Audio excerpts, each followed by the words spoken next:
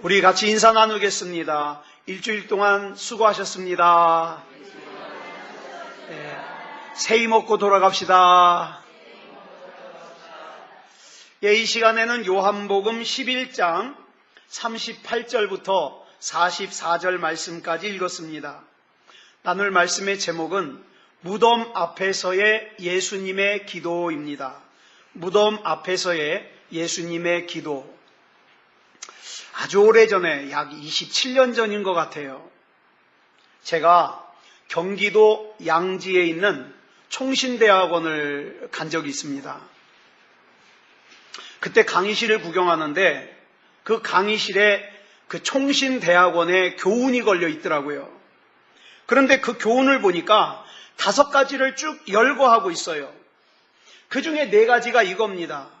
학자가 되라, 성자가 되라, 전도자가 되라, 목자가 되라. 이 4가지는 제가 별 고민 없이 받아들일 수가 있었어요. 그런데 맨 앞에 나오는 그 한 가지가 참 제가 생각을 많이 했어요. 뭐냐 하면 신자가 되라예요. 신자가 되라. 상식적으로 한번 생각해 보세요. 거기 온 학생들은 신자니까 목사가 되려고 신학대학교를 졸업하고 신학대학원에 온 거 아니에요? 그런데 곧 목사가 될 사람들을 모아놓고는 하는 소리가 신자가 되래요. 저는 이게 무슨 소리인가 한참 생각했습니다.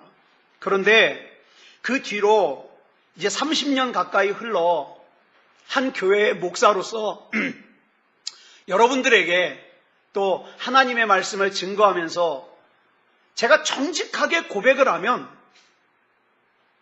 저는 이 앞에 나오는 학자가 되고 성자가 되고 전도자가 되고 목자가 되는 거 저는 그다지 중요하지 않아요. 그런데 하나님 앞에 설 때까지 저에게 가장 중요한 질문은 뭐냐? 신자가 되라예요. 진짜 신자가 되라. 진짜 신자가 되라. 전에 이런 말씀 드렸죠. 한경직 목사님이 남한산성에서 요양하고 계시는데 그 후배 목사님들이 한경직 목사님을 방문했어요. 그 목사님들은요, 우리나라 대형교회 목사님들이에요. 그런데 그 목사님들이 한경직 목사님에게 이렇게 말씀드렸어요. 목사님, 우리에게 권면 한 말씀만 해주십시오. 그랬더니 한경직 목사님이 그 우리나라를 대표하는 대형교회 목사님들에게 뭐라 그러냐면 우리 목사님들 예수 잘 믿으시기 바랍니다. 그랬어요. 예수 잘 믿으시기 바랍니다. 여러분, 이때 한경직 목사님이 그 한국을 대표하는 목사님들에게 예수 잘 믿으라고 하신 말씀은 구원의 확신을 가지라는 뜻이 아니잖아요. 그죠? 여러분, 성경에 보면 믿음이 2종류가 나와요. 그 중에 하나는 예수님을 구주로 영접해서 하나님의 자녀가 되어서 천국 갈 수 있는 믿음. 이 믿음은 우리 주 예수 그리스도를 구주로 믿는 오늘 저와 여러분은요, 별 차이가 없어요. 이 믿음은. 그쵸? 천국 갈 수 있는 믿음, 구원받을 수 있는 믿음.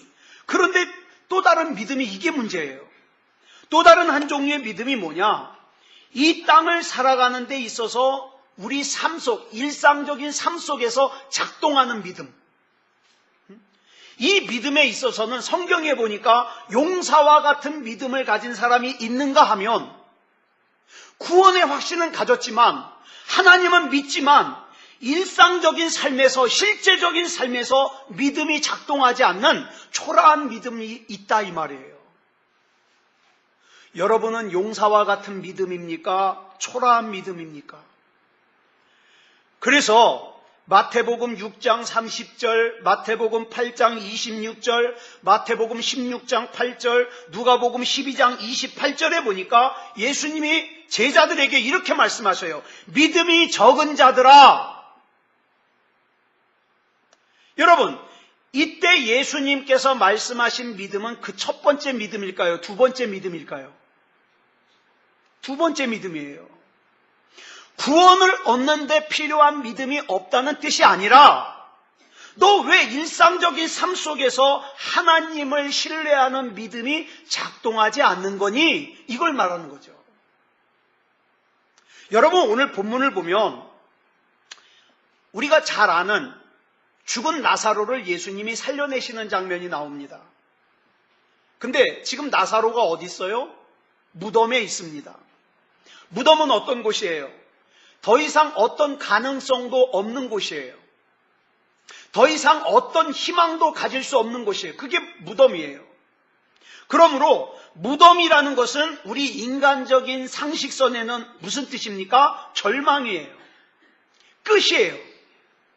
이 가능성이 없는 곳, 희망이 없는 곳인 나사로의 무덤 앞에 예수님이 서셨어요. 그리고 그 옆에는 누가 있느냐? 사랑하는 오라비를 잃고 절망과 낙심과 슬픔 가운데 잠겨있는 자매, 마르다와 마리아 자매가 같이 서 있습니다. 이 마르다와 마리아 자매를 찾아오신 예수님은 단순히 사랑하는 오라비 나사로를 잃고 슬픔에 잠겨있는 이 마르다와 마리아를 갖다가 위로만 하기 위해서 찾아오신 게 아니에요. 예수님께서는 죽은 나사로를 살리기 위해서 찾아오셨어요. 오늘 이 시간 저와 여러분도 예배를 드리면서 단순히 위로만 받고 돌아가지 마시기 바랍니다. 하나님은 저와 여러분의 인생을 살리기를 원하셔요. 저와 여러분 안에 담겨져 있는 하나님의 뜻과 섭리를 살려내기를 원하셔요. 주님께서 만져주심을 저와 여러분이 직접 경험해야 됩니다. 예수님께서 본문 23절에서 마르다와 마리아에게 이렇게 말씀하시죠. 줄친 것만 시작. 내 오라비가 다시 살아나리라. 내 죽은 오라비가 다시 살아나리라. 이 말씀이 무슨 뜻이에요? 부활할 것이다. 생명이 다시 들어갈 것이다. 예수님의 선포의 말씀이에요. 이 말씀은 무엇과 같으냐? 창세기 1장 1절에서 태초에 아무것도 없는 상태에서 하나님이 말씀으로 천지를 창조하신 것과 같은 사건이에요. 대단한 사건이죠. 그런데 예수님의 이 대단한 선포의 말씀에 마르다가 뭐라고 대답하는지 아십니까? 요한복음 11장 24절 보겠습니다. 시작. 마르다가 이르되 마지막 날 부활 때에는 다시 살아날 줄을 내가 아나이다. 무슨 뜻입니까? 예, 저 부활 믿습니다. 마르다가 부활 믿는데요. 그런데 마르다가 생각하는 부활은 예수님이 말씀하신 부활과 좀 차이가 있어요. 마르다가 생각하는 부활은 내 죽은 오라비 나사로가 언제인지는 모르지만 오랜 시간이 지난 후 저기 먼 날, 훗날 언젠가는 다시 살아날 걸 믿는다는 거예요. 그래서 우리 오라비가 부활할 거를 내가 믿긴 믿지만 결정적으로 중요한 게 있어요. 지금은 아니다. 이거예요. 지금은 아니다. 여러분, 마르다와 마리아가 예수님 왜 불렀어요? 자기 오라비가 깊은 병에 걸렸는데 아무리 깊은 병에 걸려 있어도 사람만 있으면 예수님께서 오셔서 고쳐줄 걸 믿었기 때문에 예수님을 모신 거예요. 그런데 사람만 있으면 예수님이 고쳐주실 텐데 지금요, 그 오라비가 죽은 지 3일이 지났어요. 시체 썩는 냄새가 풍풍 나요. 그래서 마르다와 마리아는 이렇게 생각해요. 끝이다. 이제 예수님이 오셔도 소용없다. 아무리 예수님이 곁에 계셔도 이미 죽은 오라비 나사로가 다시 살아나는 것은, 그것도 지금 살아나는 것은, 나중에는 부활할 수 있겠지만 지금 살아나는 것은 불가능하다. 희망이 없다. 여러분, 이건 뭡니까? 믿음처럼 보이는 불신앙이에요. 이때 상황을 보면 이미 오라비 나사로의 시신을 무덤에 안치한 지 3일이 지났기 때문에 송장 썩는 냄새가 나요. 여기는 더운 지방 아닙니까? 송장 썩는 냄새가 나요. 그러니까 잘 보세요. 눈으로 보기에도 절망, 코로 냄새 맡기에도 절망. 이제 살아나기는 틀린 상황이에요. 그러니까 아무리 예수님이 오셨어도 안 된다. 그러니까 예수님 헛수고하지 마시라는 거예요. 그런데 안타깝게도 오늘날 신앙생활하면서 이런 신앙 가진 사람들이 많아요. 교회 안에. 예? 하나님을 믿기는 믿는데 그 믿음이라는 것이 능력이 되질 못해요. 그냥 교회는 왔다 갔다 하는데 능력이 되질 못해요. 왜? 능력을 신뢰를 못해요. 막연하게 언젠가는 가능하겠지만 지금 당장에는 불가능하다는 거예요. 그리고 다른 사람들이 간증하는 얘기를 들으면 저 사람에게는 그런 기적이 일어날 수 있겠지만 나에게는 절대로 일어날 수 없어. 그래서 어떻게 해요? 기대도 안 해요. 기도도 안 해요. 마르다는 부활을 믿는다고 했어요. 그런데 문제는 지금 당장 다시 살아나는 것은 못 믿어요. 우리 역시 막연하게 나중에 언젠가 하나님이 역사하실 거는 믿지만 지금 당장에는 가능성이 없다고 생각하니까 어떡합니까? 하나님 앞에 구하지도 않아요. 안 될 건데 뭐. 이건 불가능한 건데 뭐. 물론 나중에 주실 것을 믿는 믿음도 중요해요. 이것도 못 믿으면 큰일이죠. 나중에 주실 것을 믿는 믿음도 중요합니다만은 잘 들으세요. 나중에 복을 주실 수 있는 하나님께서는 지금 당장에도 복을 주실 수 있는 분이심을 믿으시기 바랍니다.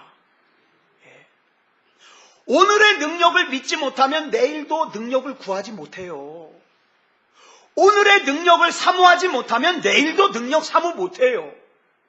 오늘의 능력을 간절하게 구하지 못하면 내일도 안 구해요.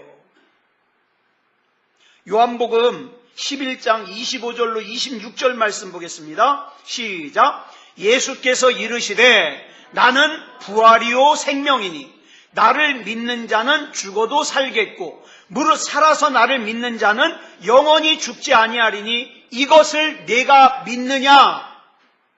예수님은 단순히 지금 마르다와 마리아를 오라비가 죽어서 위로만 하러 오신 것이 아니라 지금 예수님은 죽은 나사로를 살리러 오셨어요. 그런데 죽은 나사로를 살리러 오신 예수님께서 지금 마르다와 마리아에게 뭘 물어보셔요? 믿음을 물어보셔요. 너 이거 믿니? 이것을 네가 믿느냐? 물어보셔요.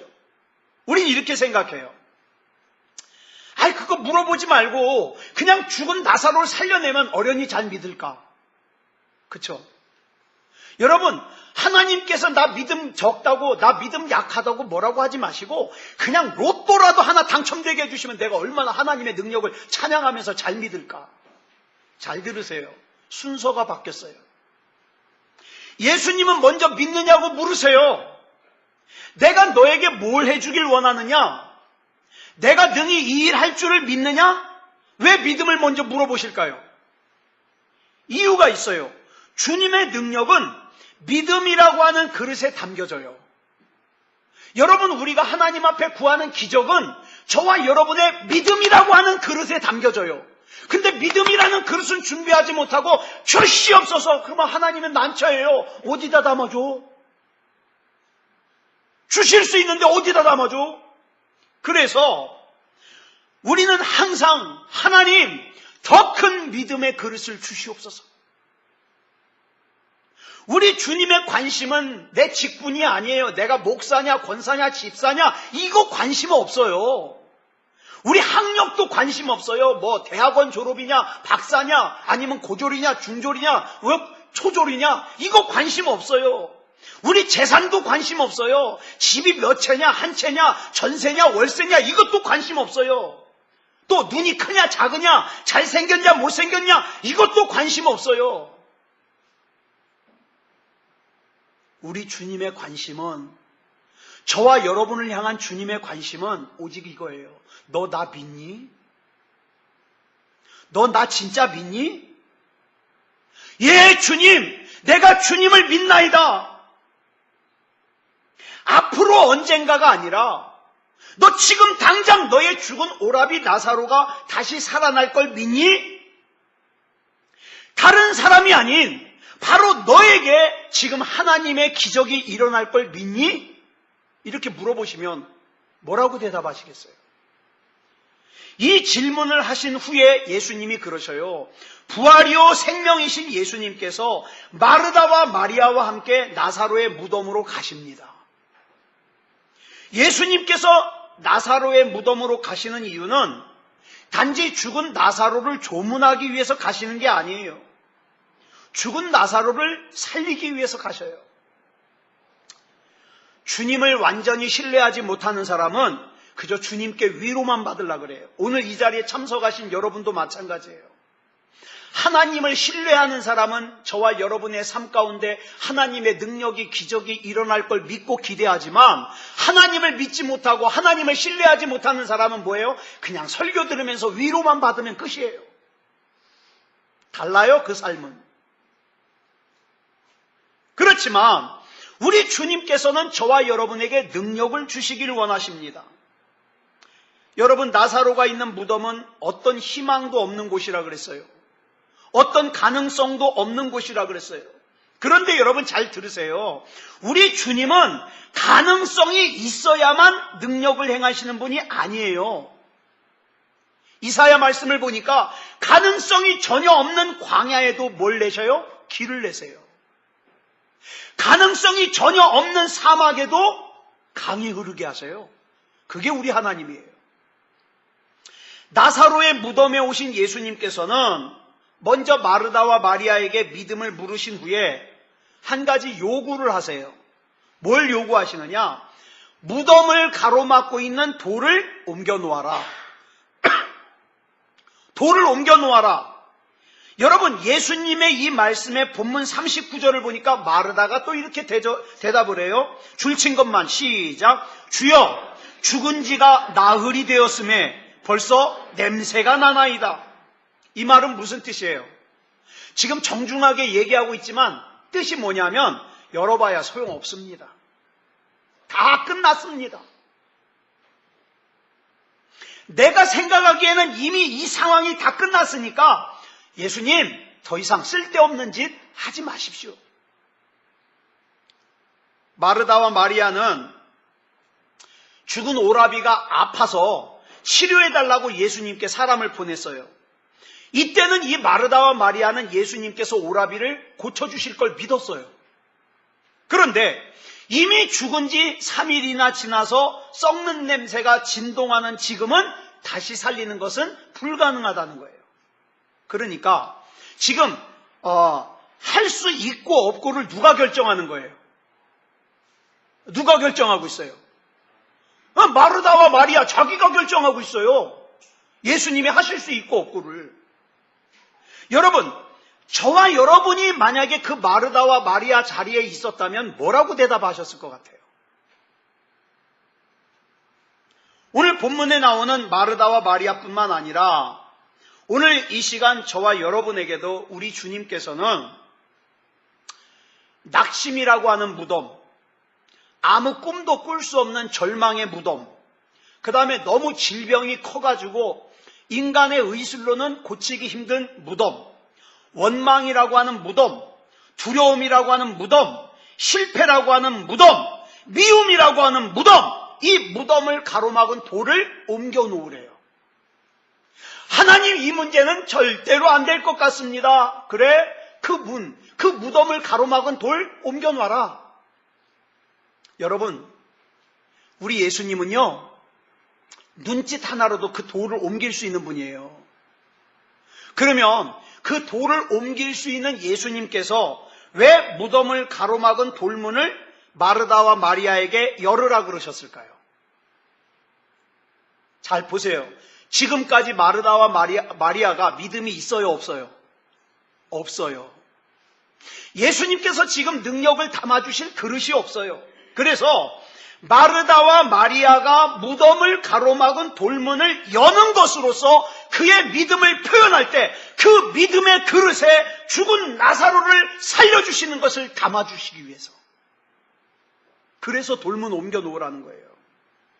저와 여러분도 인생을 살다 보면 한계에 부딪힐 때가 있어요.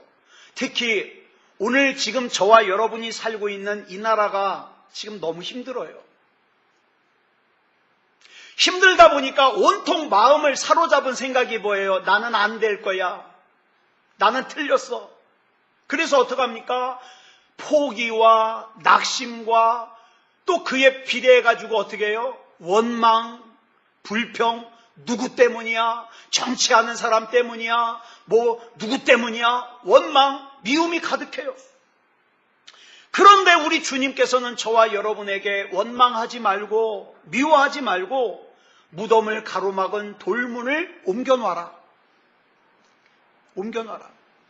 여러분 마태복음 8장에 보면 백부장이 기도하니까 하인이 치료가 되었어요. 저와 여러분이 기도하면 내 인생을 가로막은 돌문이, 우리 가정을 가로막은 돌문이, 우리 교회를 가로막은 돌문이, 이 나라 이 민족을 지금 가로막고 있는 돌문이 열릴 겁니다. 그러나 악한 마귀는 이걸 너무 잘 알아요. 그래서 저와 여러분 바쁘게 합니다. 기도할 시간조차 없게, 믿음의 그릇을 준비할 시간조차 없게. 그래가지고 이 마귀의 꼬임에 넘어간 사람들은 자꾸 뭐만 묵상해요? 내 처지가 이래, 내 형편이 이래, 내 상황이 이래, 내가 이렇게 부족한데, 내가 이렇게 절망적인데, 지금까지도 안 됐는데 앞으로 될까? 안 될 거야. 그러면서 포기하게 만들어요. 여러분 누구 말 들으시겠습니까? 마르다와 마리아로 하여금 무덤의 문을 열게 하신 예수님께서 열린 무덤 앞에서 기도하십니다. 예수님께서 뭐라고 기도하시는가 보겠습니다. 본문 41절로 42절이에요. 시작. 돌을 옮겨 놓으니 예수께서 눈을 들어 우러러보시고 이르시되 아버지여 내 말을 들으신 것을 감사하나이다.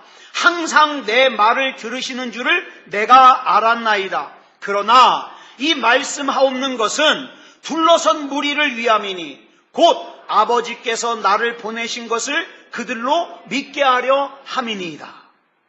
무덤 앞에서의 예수님의 기도는 첫째로 눈을 들어 우러러보시고 하는 기도였어요. 하늘을.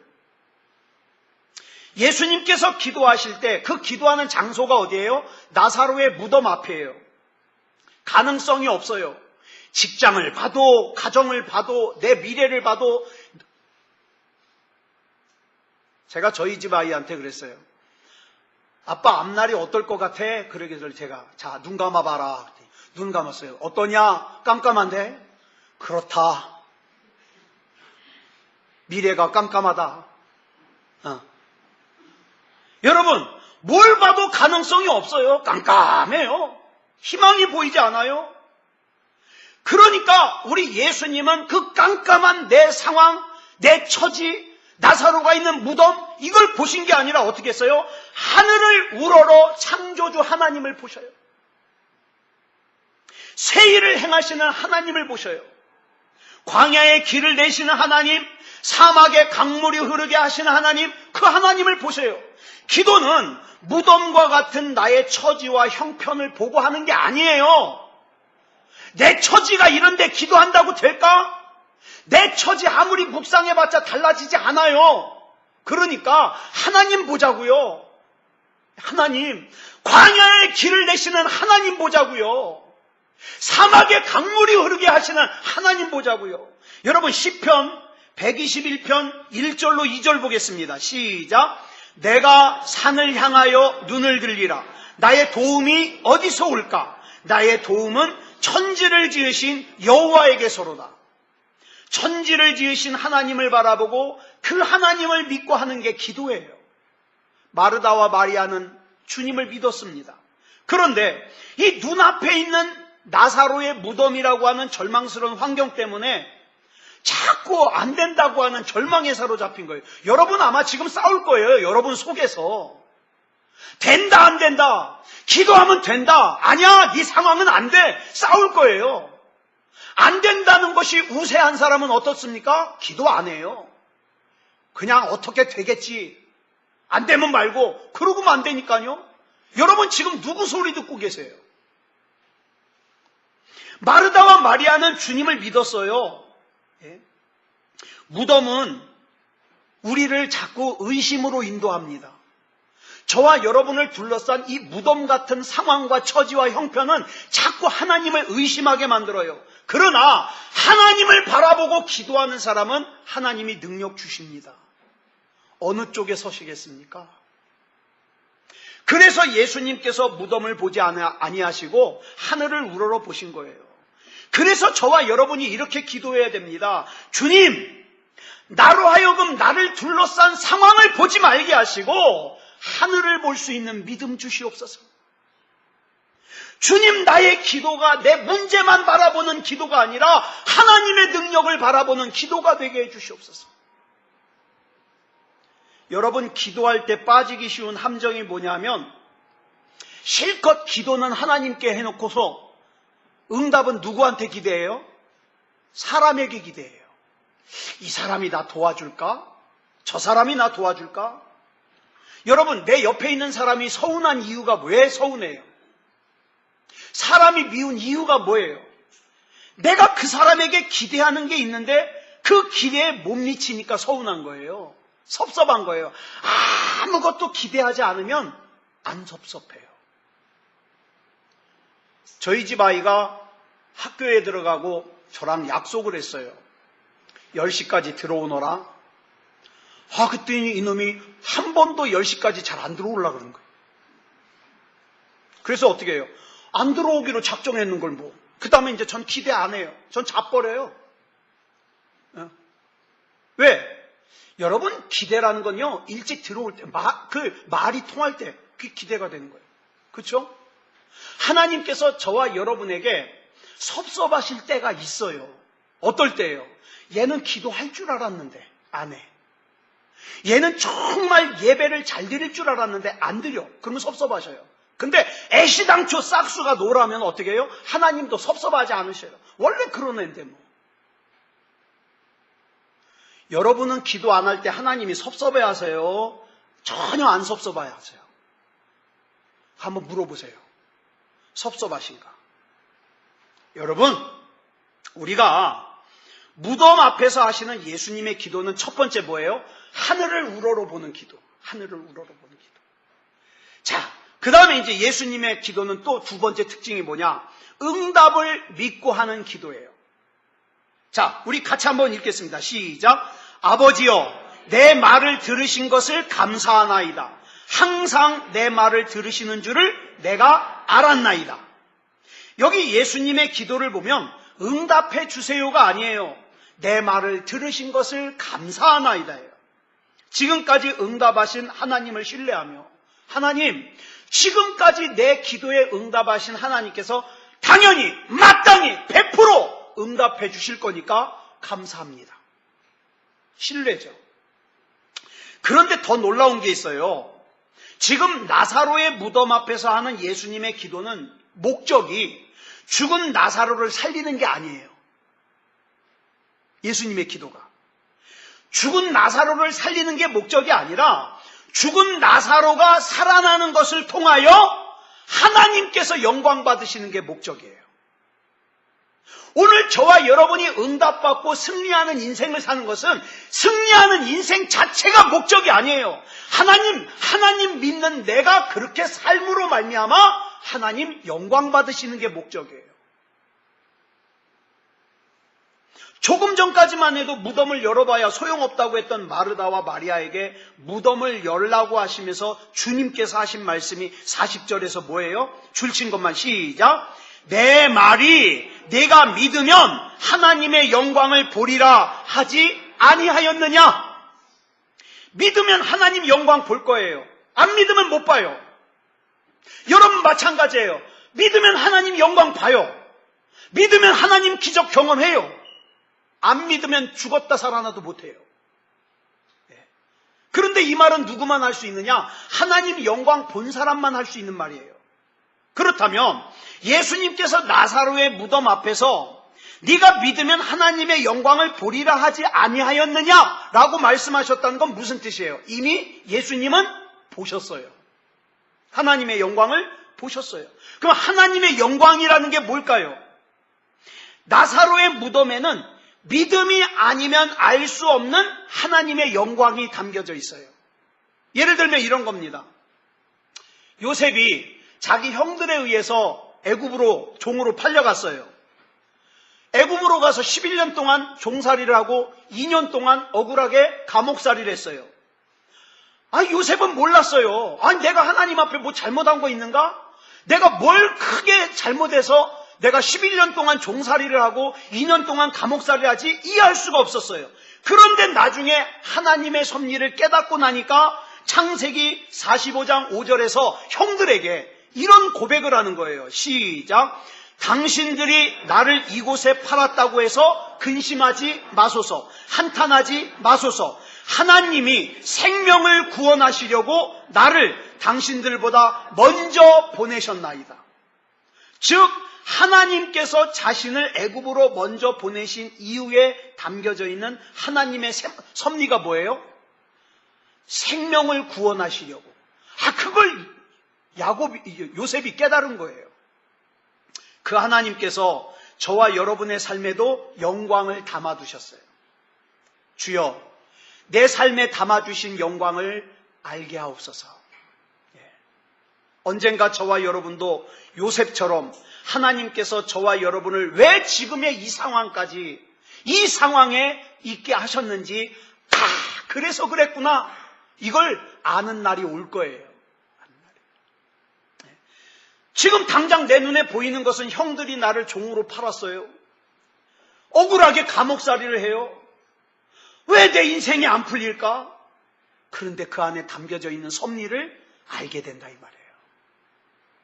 예수님께서 죽은 나사로의 무덤에 오신 이유는 단순히 죽은 나사로를 살리는 기적을 행하기 위해서가 아니에요. 그 기적을 통해서 하나님이 영광 받으시는 것이 목적이에요. 그래서 아직 그 하나님의 영광을 보지 못하고 있는 마르다와 마리아에게 이렇게 말씀하셔요. 줄친 것만 시작. 네가 믿으면 하나님의 영광을 보리라 하지 아니하였느냐. 여러분, 우리가 신앙생활하면서 왜 원망하고 불평합니까? 아직 하나님의 영광을 못 봐서 그래요. 왜 짜증냅니까? 아직 하나님의 영광을 못 봐서 그래요. 왜 지금 당장만 보면서 불안해합니까? 아직 하나님의 영광을 못 봐서 그래요. 죽은 나사로가 살아나는 기적을 보면, 그러면 그 기적을 본 사람들은 다 하나님의 영광을 알 수 있습니까? 아니요. 마르다와 마리아가 끝까지 믿지 않았으면 아무리 나사로가 살아나는 기적을 보았어도 하나님의 영광 못 봐요. 그냥 이건 알 수 있어요. 분명히 우리 오라버니가 죽었는데 다시 살아났네? 신기하네? 끝. 그쵸? 그런데 우리가 봐야 될 것은 기적만이 아니에요. 하나님의 영광을 봐야 돼요.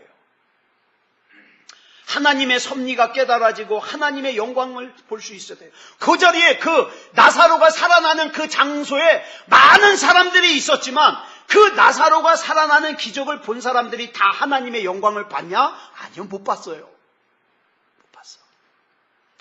저와 여러분은 하나님의 영광 보는 거에 욕심낼 수 있어야 돼요. 여러분, 요한복음 2장에 보면 가나 혼인잔치에서 물로 포도주를 만드는 기적이 나오죠. 성경은 이걸 갖다가 뭐라 그러냐? 표적이라 그래요. 표적. 표적은 뭐냐? 표적과 기적의 차이가 있어요. 표적은 뭐냐? 어떤 목적이 있어요. 그 목적을 이루기 위해서 나타나는 기적이 표적이에요. 그러면 뭘 나타내기 위해서냐? 11절에 보니까 이 기적을 뭐라고 얘기를 하고 있냐? 표적이라고 그랬어요. 표적. 우리 같이 읽겠습니다. 시작. 예수께서 이 첫 표적을 갈릴리 가나에서 행하심에 그의 영광을 나타내심에 제자들이 그를 믿으니라. 그러면 무엇을 위한 표적이에요? 영광을 나타내는 표적이에요. 영광. 네. 사랑하는 여러분, 저와 여러분에도 이 영광 능력이 나타나야 돼요. 이렇게 기도하신 예수님께서는 나사로의 무덤을 향하여 명령하시고 선포하셔요. 본문 43절 보겠습니다. 시작. 이 말씀을 하시고 큰 소리로 나사로야 나오라 부르시니. 여러분, 예수님께서는 먼저 기도하신 후에 명령하시고 선포하셨습니다.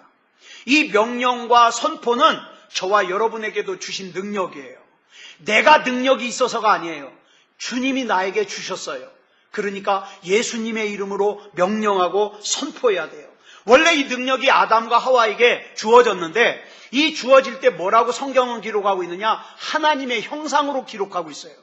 그런데 아담과 하와가 범죄하면서 하나님의 형상이 깨져버렸어요. 그래서 우리가 예수 그리스도를 구주로 영접하면 천국 갈 수 있는 영원한 생명만 얻는 것이 아니라 하나님 깨어졌던 하나님의 형상도 회복되는데 이 하나님의 형상에는 명령하고 선포할 수 있는 능력이 담겨져 있어요.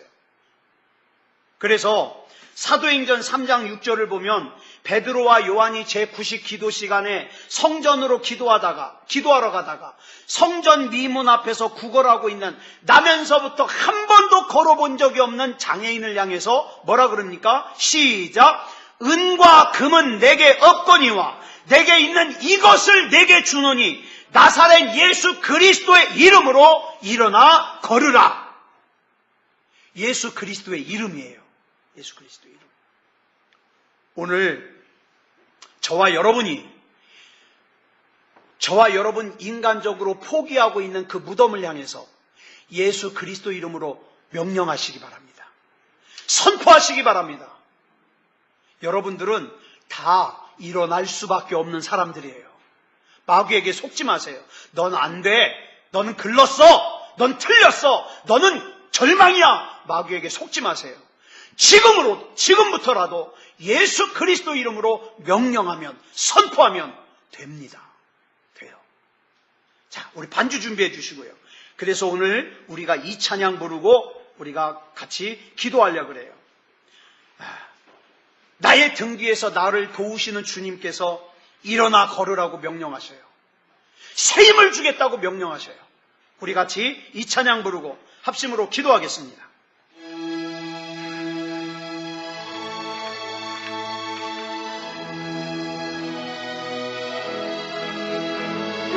나의 등 뒤에서 나를 도우시는 주, 나의 인생 길에서 지치고 고나여 매일처럼 주저앉고 싶을 때 나를 밀어주시네.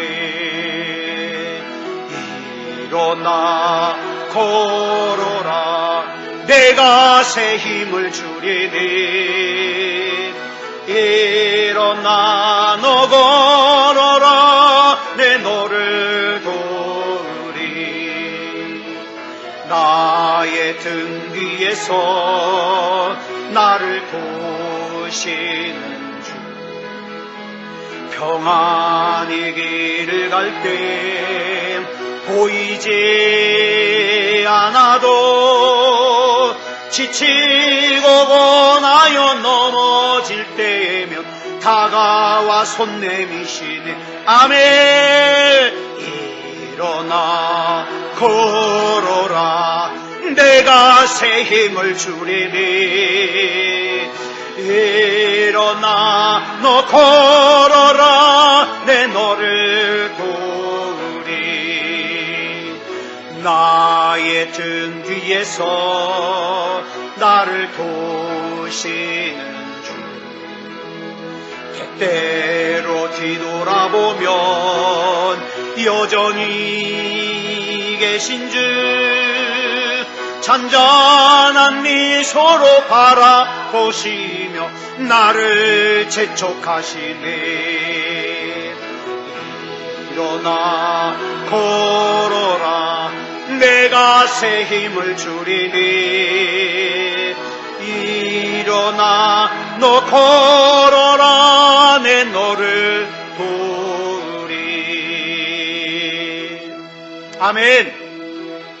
오늘 이 시간 누가 일어나 걸으라고 말씀하시는 주님의 말씀에 반응하시겠습니까? 여러분, 내 생각대로 포기하지 마세요. 내 생각대로 좌절하지 마세요. 예수 이름으로 직장을 향하여 선포하고, 예수 이름으로 가정을 향하여 선포하고, 예수 이름으로 내 미래를 향하여 선포하시기 바랍니다. 우리 이 시간 같이 합심으로 기도하겠습니다. 사랑의 아버지 하나님 감사합니다. 아버지 하나님, 이 시간에 나사로의 무덤 앞에서 예수님이 기도하신 것을 우리가 살폈습니다. 사랑의 아버지 하나님이여, 우리 하나님께서 붙잡아 주셔서 믿음으로 반응할 수 있게 하여 주시옵소서. 안 된다, 못한다, 아버지 하나님이여, 내가 포기하여서 기도도 하지 않고 예배도 드리지 않고 하나님 앞에 간구하지도 않는 그런 인생 살지 말게 하여 주시옵소서.